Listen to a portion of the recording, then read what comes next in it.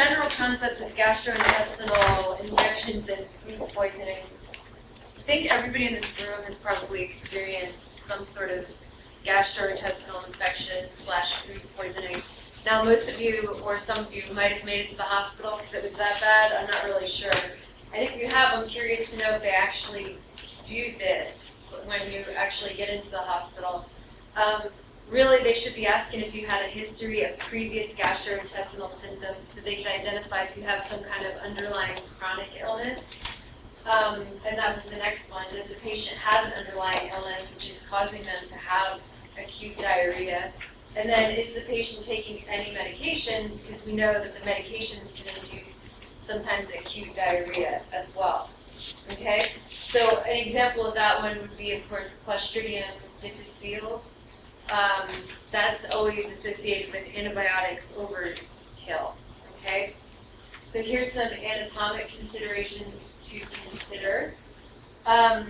This one, you guys, this isn't on the exam. It's just a part of this lecture, but not necessarily there's going to be a question on this slide of the exam. Okay? But just, gastric acids in the stomach, which most of the time it's the intestines that are actually infected, not necessarily the stomach, because the gastric acids are in there and will kill mostly everything. There is an exception to that, though, which I'm sure you guys heard about in 2010. Yeah, H. pylori or Helicobacter pylori would be an exception. What does that do? Cancer does. Well, there's been a link to that in cancer, but it's ulcers is like the big one. Yeah. Little tails. No, it's true. It doesn't do that. Exactly what I didn't picture. Yeah, so it's ulcers, and then if you keep it untreated for a long time, they said there's a link to cancer. So It's like hard to treat, right? Yeah, it's like super hard to treat. You need to go on 2 different antibiotics, and then they have to test your. They don't normally do it, but there's just a test your blood again to make sure that the antibiotics work. for what, ulcers? H. pylori. Yeah. Well, the other thing that's complicated too, it's hard to diagnose. Yeah. So a lot of people will end up with like acid reflux disease and all kinds of complications because it keeps going undiagnosed. So they just think they're a bird and could actually have. Yeah, and then keep going. Then there's supposedly some link to stomach cancer, So that's great too. Did you have something or? No. You're like, no. Okay, so what's a practical approach to diagnosis? So I just mentioned, of course, history. So in that one, what was your recent food ingestion? That would be a big consideration, right? Travel, did you go to a third world country? Did you drink the water there? That type of thing. Recreational activities, meaning a lot of times I always think of like public pools and situations like that. I'm not a huge fan of that. And exposure to other sick individuals. Is it something like the Norwalk virus where everybody is in contact and getting sick? So that's really contagious. And then on physical examination, they're going to look at the state of hydration. Basically, when little kids get sick, especially babies, they always tell you to look for, are they able to produce tears? When they're not able to produce tears or their eyes are not like watering, it's time to take them in to get IV solutions. Kind of like a dog or the wet nose sign. It's true. It's kind of like they actually do tell you to look at that. And then the laboratory studies will be an evaluation of the patient's peripheral blood count. Okay? So that would be in terms of diagnosis of the patient with diarrhea. Okay, clinical presentations.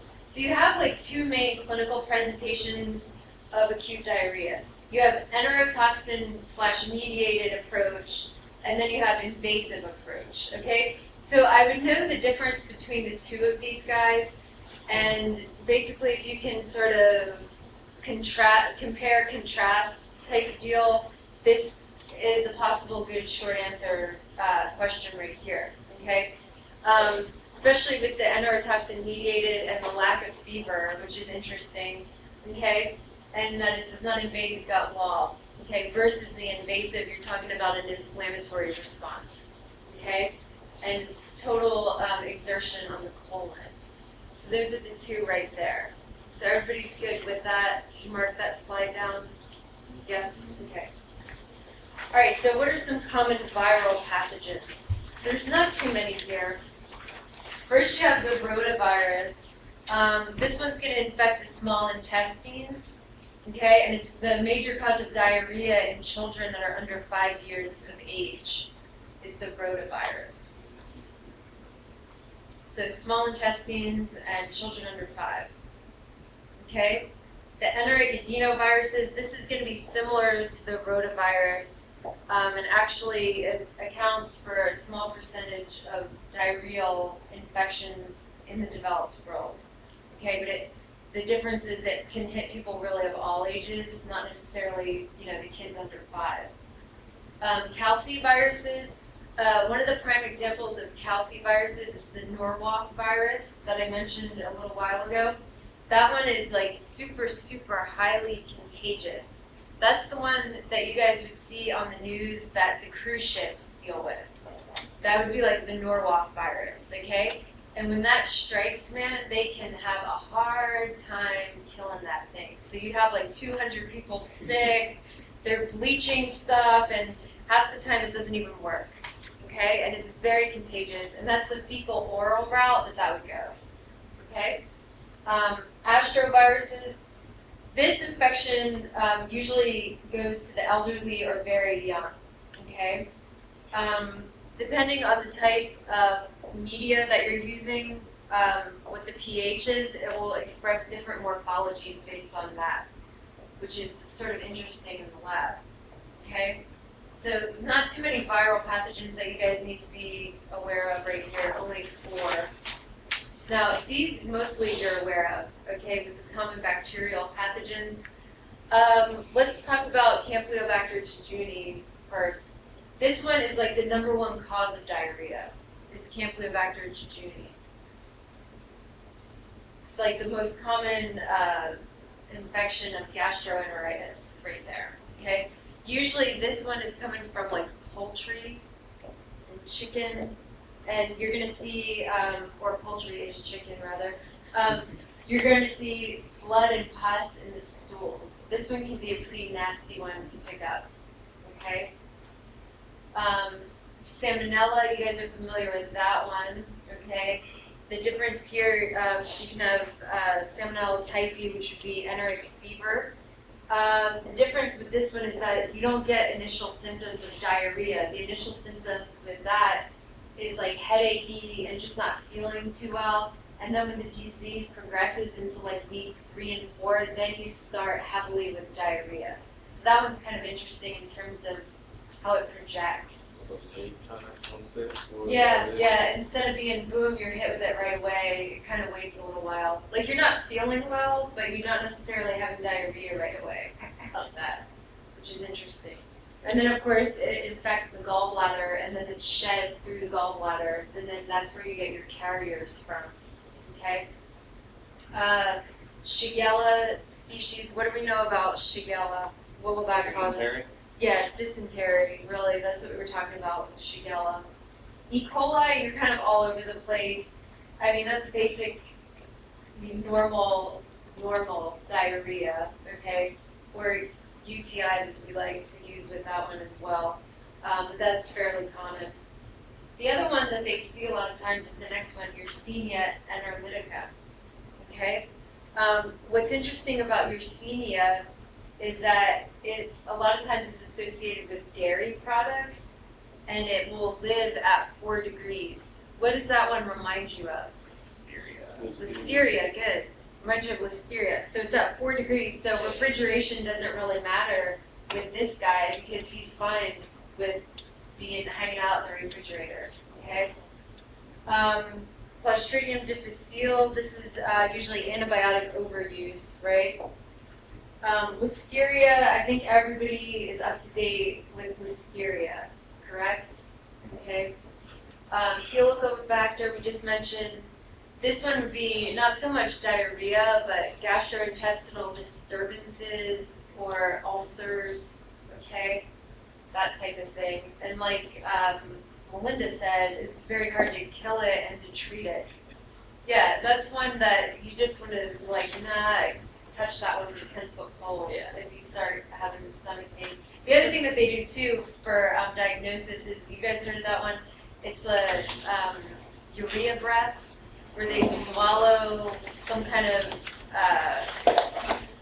active pill or something, and then they test your breath afterwards, and if you have a certain amino acid type thing that comes across on your breath, then you test positive for Helicobacter.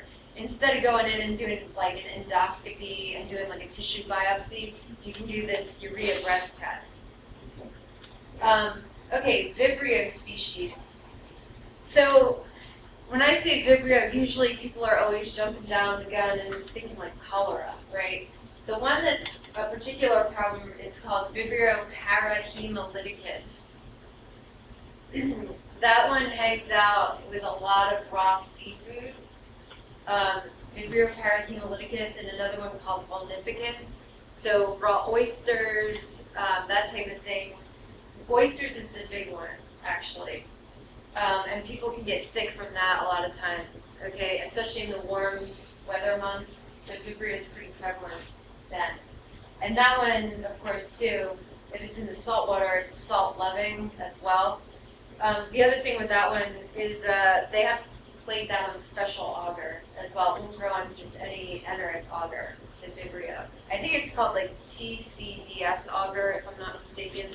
You don't need to know that, but that's, I think, the type of auger it's called. Okay? Any questions on the bacterial pathogens? You guys pretty good on that list? All right. Parasitic pathogens. This is like, you know, your top 3 right here. Giardia. Okay? Intestinal pathogen. The source from this one's contaminated water. Okay? So, difference between this one and then histolytica is gastrointestinal and a disseminated disease, so it travels to other places, the histolytica. So that one's not a great one to have. Okay? And then cryptosporidiums. Those guys, it's basic, you know, acute diarrhea, but the one thing that I wanted to point out about these guys is that they have to do acid-fast staining for identification. They can't just do regular staining on these because they really don't show up that well. So it's acid-fast staining, okay? For just the last one or for all of them? Just for the cryptosporidium. I think I forgot my P in there for crypto. Okay. So those are the parasitic pathogens. You guys got how to differentiate those pretty well? Okay. All right, special circumstances. So toxic agents of food poisoning, and then the returning traveler. Those are your special circumstances. So in terms of like toxic agents, you're talking about stuff a lot of times like Campylobacter jejuni, as I mentioned, could be salmonella. Another one that has a pretty heavy-duty toxic agent in it is Staph aureus. And this one usually hits about 72 hours after a normal meal. Okay, so it's not like a right-away thing. It's about 72 hours later. Okay? And then for travelers, it's often mild and self-limiting, and it usually occurs within 2 weeks of the travel onset. Okay, and then usually it clears up on its own, so not too bad. But this is a lot of times what you see with acute diarrhea, are these 2 categories right here. And then of course, you have the immunocompromised host, where you're going to see diarrhea in a lot of circumstances like this, with AIDS and HIV and cancer patients. Chronic disease, again, you can have a chronic disease and have acute diarrhea basically as a result from the chronic disease. All of these guys are going to be at risk for opportunistic pathogens, which all of those bacterial and viral gastrointestinal pathogens are examples of that. Okay, so this whole list, these people have to constantly be watching out. Let's see. Okay, let's talk about the lab diagnosis. So specimen and handling. This slide is pretty important. Okay, just basically the whole slide is fairly important here. They're going to avoid refrigeration if possible. That's number 1. Bacteria cultures are going to avoid preservatives. in the transport, okay? Rectal swabs, you're gonna need Kerry-Blair media. Okay, so specifically Kerry-Blair media, not Stewart's or Amy's, but Kerry-Blair, okay? I know, doesn't that sound like a good multiple choice right there? All right, and then the direct microscopic examination. Okay, so know the difference right here, what you see with white cells versus what you see with the red cells, okay? And then the culture, they're gonna use selective and differential culture media over there, okay? And we talked about most of those medias as well. Now, in the next slide, I just wanted to point out some funky things about a lot of these guys. So I was right about Vibrio, it is a TCBS auger. Jejuni, okay, look at that one. Grows best at 42 in reduced oxygen, all right? The Salmonella species, okay, if you're talking about typhoid fever, in the first week of infection, you're gonna have blood cultures that will be positive. The stool cultures aren't really seen until the 3rd or 4th week. And on that one, they're going to use HE or XLD auger in terms of differential media. Okay? Shigella, there has to be rapid transport and prompt processing with that particular species. E. coli, they usually base it on a lot of different biochemical reactions. Probably what they're talking about here is like the TSI reaction, citrate, that type of thing. Even looking at EMVs. Yersinia grows at 25 degrees Celsius. And the media is called CIN media that it needs to be plated to. Okay, so that's a specific media. Vibrio again, specific TCBS. Okay, in Clostridium, they actually examine the stool sample in the presence of the toxin.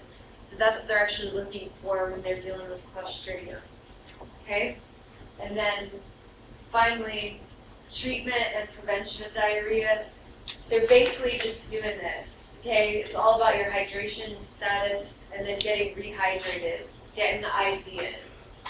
And of course, antibiotic therapy is going to be ineffective against viral causes, which most new parents don't understand that and want some kind of pill for the viral cause of their kid's diarrhea, which never works. And then you have bacterial infections are going to be the most prevalent out of all of these are going to be bacterial infections.